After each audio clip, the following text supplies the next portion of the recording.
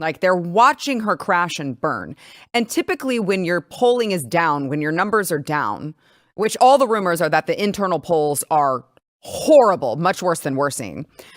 And so when your numbers are down, typically you're like, well, we got to get our candidate out more. We got to get them in front of people more. We have to get the public to see them more. But you can't do that with this one because she's so bad on camera. She's so bad when answering questions. Like, what do? You're like, well, we got to get her out in front of people. Well, we can't get her out in front of people because when she's out in front of people, she sucks and she's retarded. So what do we do? I don't know. So I guess they're just kind of like, well, I guess we'll just brace ourselves for impact and continue parading her out in front of people and hope that maybe with CNN, they'll run some coverage for us, right? So with this CNN town hall, I would say we didn't really get many answers. We did hear a lot of lies, a lot of hypocrisies, and I would say she kind of explained to Anderson Cooper why she's kind of retarded much. Well, I may not be quick to have the answer as soon as you ask it about a specific policy issue sometimes because I'm going to want to research it. I'm going to want to study it. I'm kind of a nerd sometimes. Right. That is why she can't answer a question. It's because she's a nerd. She's kind of a nerd and she needs to go read about the policies. It's just that you've been in office, ma'am, for 4 years and you're supposed to be second in command. So you probably should have a good handle on what your answer would be about these policies that you supposedly have already been navigating. Stephen, am I asking for too much? No, of course not. It seems to be, I'm like, maybe I'm the dumb one because it seems to me that you would have already had answers to these questions because A, you're already in office and B, you're running for president right now. Like now's the time. The research should have been done. I would obviously longer than 4 years ago, but let's pretend that you weren't already in office. The research should have been done a year ago, 2 years ago. Oh, but that's right. We just realized that Joe Biden just suddenly became dementia ridden. It hadn't been creeping up on us for the last couple of years. So she had no idea that she'd get thrown into this, I guess. So right away, Kamala was asked how her administration would deviate from Biden's. Because remember, at first, she was like, I would not change a thing about what Joe Biden and I did. And that didn't pull too well for her. And then she started kind of backtracking. So we have this flip-flopping there. And so I want to play this exchange with Anderson Cooper. Really, honestly, you got to give him credit. He did interrupt her filibustering to ask another question there. Watch. I bring a whole set of different experiences to this job and the way I think about it than Joe Biden. Some voters, though, might ask, you've been in the White House for 4 years. You were vice president, not the president. But why wasn't any of that done for the last 4 years? Well, there was a lot that was done, but there's more to do, Anderson. And I'm pointing out things that need to be done, that haven't been done, but need to be done. And I'm not going to shy away from saying, hey, these are still problems that we need to fix. But why wouldn't you fix them right now? Like, she literally was tweeting about this earlier today. And I quote tweeted it and I was like, Kamala, ma'am, are you aware that you're in office literally right now? It doesn't seem like it. She said, as president, I will lower the cost of groceries by taking on corporate price gouging. I've done it before and I'm going to do it again. Well, I'd like to see where she did it before, but what do you mean you're going to do it? Just do it right now. If you see a problem and you have the solution, why would you not do it literally right now? She may not realize that she's second in command. She does seem to be, in her defense, extremely retarded. Case in point, I want to play her being asked about her weaknesses. Watch. What weaknesses do you bring to the table and how do you plan to overcome them while you're in office? That's a great question, Joe. Okay. Well, I am certainly not perfect. So let's start there. Okay. And I think that perhaps a weakness, some would say, but I actually think it's a strength, is I really do value having a team of very smart people around me who bring to my decision-making process different perspectives. My team will tell you I am constantly saying, let's kick the tire on that. Let's kick the tires on it. So I may not be quick to have the answer as soon as you ask it about a specific policy we already issue saw that. sometimes That's because good. I'm That's going to good. want to research. No, that's good. Some might say, Stephen, some might say my weakness is that I like to have a team of smart people around me. Is that not Michael Scott from The Office? Yes, exactly him. Have you ever, who, some might say, do you know anyone alive who would say it's a weakness to surround yourself with smart people and think things through? I don't know a single person who would say that that's a weakness. Not one that's not retarded. And therein lies the problem, Stephen. Oh, therein lies the problem. Not just for her, but for America. So let's go through some of these lies and hypocrisies that she spewed. And I know she's been spewing them for over 4 years now, but we're in the home stretch and they really need to be, we need to make sure to show the American people as often as possible, now that we have early voting that is open in most, if not all states, and the election day around the corner, how much of a nasty liar Kamala Harris is. But she's desperate, right? So she's going to lie and she's going to come up with dig into the bag of tricks. What are you going to call Republicans? Oh, they're racist. They're homophobic. They're transphobic. They're all the things, right? So here is, of course, lie number 1 from Kamala Harris. Donald Trump is literally a fascist. Watch. He who has openly admired dictators said he would be a dictator on day one. It was a former joke. Chairman of the Joint Chiefs of Staff has said he is a fascist to the core. You've quoted General Milley calling Donald Trump a fascist. You yourself have not used that word to describe him. Let me ask you tonight, do you think Donald Trump is a fascist? Yes, I do. Yes, I do. He's like literally Hitler. He's such a fascist. He said that he was going to be a dictator on day 1. It was a joke, Kamala. We watched it. It was a joke. By the way, he already had a day 1. Where was the fascisty part? Because you guys are in office now. If he was such a fascist, he'd still be there, right? So I want you to listen. Speaking of fascists, I want you to listen to what Kamala said about free speech on social media at an NAACP speech in North Carolina. Watch. And will put the Department of Justice of the United States back in the business of justice. We will double the Civil Rights Division and direct law enforcement to counter this extremism. We will hold social media platforms accountable for the hate infiltrating their platforms because they have a responsibility to help fight against this threat to our democracy.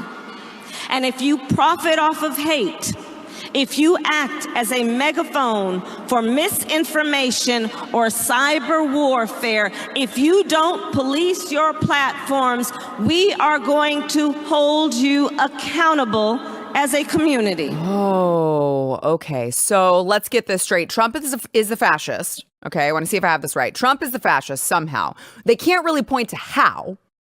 They just claim that he says mean things and Orange Man bad. And when he gets in office, boy, he's never been in office before. So you don't really know what he's going to do. But when he gets in office, he's going to be super fascisty. Meanwhile, they're literally imprisoning people who are exercising their First Amendment, praying outside of abortion clinics.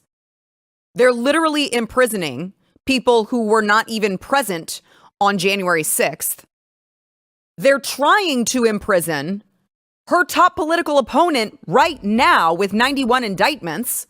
They are literally, Joe Biden the other day saying, lock him up. They are trying to imprison their political opponents. But trust me, bro, Donald Trump's a fascist. Come on. Yeah, that's a symptom of retardation. So let's go through another lie. Okay. Donald Trump, not only is he a fascist, and I know you guys know this, okay? I know you know it. But Donald Trump, not only Kamala wants you to think he's a fascist, he also is a threat to the Constitution. Now she cares about it, I guess. Watch. The former Vice President of the United States, Dick Cheney, is voting for me. That's Over not 400 That's not a good endorsement, members Kamala. of previous members of the administration, from Ronald Reagan to both Presidents Bush to Donald Trump, even, have endorsed my candidacy. And the reason why, Wait, did she just say among Ronald them, Reagan is endorsed a her candidacy? legitimate fear based on Donald Trump's words and actions that he will not obey an oath to support and defend the Constitution of the United States. He himself has said he would terminate the Constitution of the United States and wants to earn your is vote so to exhausting. stand again behind the seal of the President of the United States. Oh, this No one she's one. repeated a bunch. Standing behind the seal of the President of the United States of America Yeah, he's done that before. should be in that position saying they want to terminate the Constitution of the United States. Hey, Stephen, Donald Trump was president, right? Do you recall him terminating the Constitution of the United States? I don't think so, but he's not dictator day one yet. So That's but he did have a day one, oh, that's right. right? And then he had a day two, and then he had like many days after that. And if I was good at math, I'd be able to count how many days that actually was. I don't know, but it's a lot of days, is my point. And in all those days, no termination of the Constitution. And in fact, he has, of course, defended the First Amendment rights against big tech, against legacy media, government censorship. He is, if you care about the Second Amendment, he is the Second Amendment candidate on the ballot. I realize there have been some comments that he's made that has not been like super Second Amendment, but he is the Second Amendment supporter on the ballot. Kamala literally wants to confiscate your guns. Show me one time where Donald Trump has said that. She literally wants to take your guns. There are multiple videos of her saying that she wants to confiscate assault weapons. What is an assault weapon? She still doesn't know, but she wants to take it. Okay. Donald Trump appointed Supreme Court justices who have they are constitutionalists. They have preserved this Constitution. They haven't talked about terminating it, especially with Roe versus Wade. You have a right to life in this country. It is very, very clearly written in the founding documents. Donald Trump has done nothing but strengthen the Constitution. We don't need to find out on day one. We already saw it. We already have a record of it. You know who else we have a record of? Kamala Harris. It's so cute that she wants to talk about the Constitution. And I'm wondering, did she finally find her copy of it and dust it off? All the dust that was on it from it sitting on the shelf all these years? She didn't give a crap about it until, now all of a sudden Donald Trump hates the Constitution and I'm your candidate for the Constitution. Okay. All right. So one of my favorite lies here is Kamala Harris talking about, I'm not perfect, but I'm a parent. Who doesn't make mistakes? Come on. Don't you guys, all the parents out here, can't you relate? Watch. Is there something you can point to in your life, political life or in your life in the last 4 years, that you think is a mistake that you have learned from? I mean, I've made many mistakes. And they range from, if you've ever parented a child, you make lots of mistakes too. In my role as vice president, I mean, I've probably worked very hard at making sure that I am well versed on issues. And I think that is very important. It's a mistake not to be well versed on an issue and feel compelled to answer a question. Now, I want to be clear. I respect people who take on someone else's child. Okay. I was raised by my stepdad. He is now my adopted dad. And he did raise me from a very young age. And so I'm not meaning to be dismissive of people who do that. It is one of the kindest thing that you can do. But Kamala became a stepmother to Doug Emhoff's two children at 15 and 20. I wouldn't call that raising children, okay? So how extremely offensive to those of us who have actually raised children. By the way, to step-parents who have actually entered these children's lives at very young ages and actually raised them. And she's just like, we're all parents, right? Come on, you know what it's like raising children. You don't, Kamala. You're just a total fake and a fraud. How offensive to people who have actually done that. But maybe the most offensive lie that she gave last night, which I know there were a lot, was Kamala telling you that she actually secured the border. You may not have realized it. She actually secured the border. Watch. I have spent a significant part of my career making sure that our border is secure and that we do not allow criminals in and we don't allow that kind of trafficking to happen and come into our country. Wait, Is a border what? wall stupid? Well, let's talk about Donald Trump and that border wall. No, you can answer the So question. remember Donald Trump said Mexico would pay for it? Come so on. funny. They didn't. Okay. How much of that wall Neither did he did you. build? I think the last number I You saw was blocked about 2%. And then when it came for time for him to do a photo op, you know Yeah. where he did it? Tell us. In the part of the wall that President Obama built. But you're agreeing to a bill Because that would you guys earmark blocked it. $650 million to continue building that wall. I pledge that I am going to bring forward that bipartisan bill to further strengthen and secure our border. It Yes, doesn't I do am. that. It And does I'm not do going to that. work across the aisle to pass a comprehensive bill that deals with a broken immigration system. I think Jackson's question, part of it was to acknowledge that America has always had migration, but there needs to be a legal process for it. People have to earn it. Oh, really? And that's the point that I think is the most All important of a point that can be sudden- made, which is we need a president who is Tell us. grounded in common sense and practical outcomes. Like, let's just fix this thing. Oh, let's just fix it. my Why is there any ideological gosh. perspective on this? Let's just fix the problem. To fix the problem, you're doing this compromise bill. You It could does call close for the border $650 million right now. that was earmarked under Trump to actually still go to build the wall. I am not afraid of good ideas where they occur. So Anderson. you don't think it's stupid anymore? I think what he did and how he did it did not make much sense because he actually didn't do much of anything. I just talked about But that you just said it wall, was a good right? We just idea. talked about it. He didn't actually do much of anything. But you do want to build some wall. Okay. I So want to strengthen our border. I guess because Donald Trump wasn't the construction worker going over there and actually physically building the wall that they in Congress blocked over and over, they wouldn't approve the money that he wanted. They wouldn't, but it was Donald Trump's fault, right? It was also apparently Donald Trump's fault, Orange Man bad, that there have been over 10 million illegal immigrants who have entered during the Biden-Harris regime. Now, that's the number that they give us, which you could probably safely double. I'm going to go more closer to 15 or 20 million illegal immigrants while she sits there and tells you that she has worked to make sure that the border is secure and there are no criminals coming over.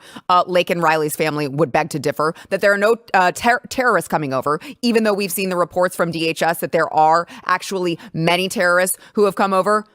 No, don't believe your lying eyes, guys. Kamala's the border czar. She's got it taken care of. All right. Just egregious. Absolutely disgusting.